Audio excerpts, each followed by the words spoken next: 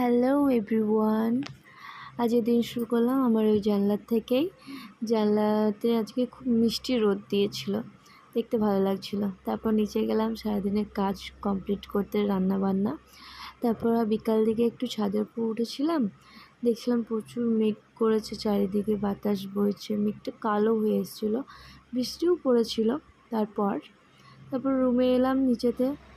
রুমটা আবার ডেলিকার কাজ কমপ্লিট করব বলে নিজেকে একটু হাই বললাম মাঝখানে।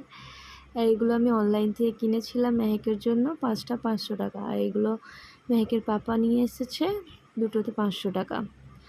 রুমটা ভালো করে গুছিয়ে নিলাম। গুছানোর পর এই পাশের রুমটাও আজকে গুছিয়েছিলাম আমি। ভালো লাগলো, দেখতে ভালো লাগছিলো, গুছাতে ভালো লাগে আমার।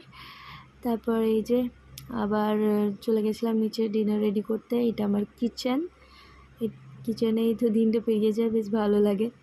আর এই মেহেক ওর মামা বাড়ি গেছিলো, ওর মামির সাথে কত দুষ্টুমি করেছে, কত এনজয় করেছে, সেটাই দেখছিলাম। ওটাই দেখতে দেখতে আজকে ঘুমিয়ে পড়েছিলাম।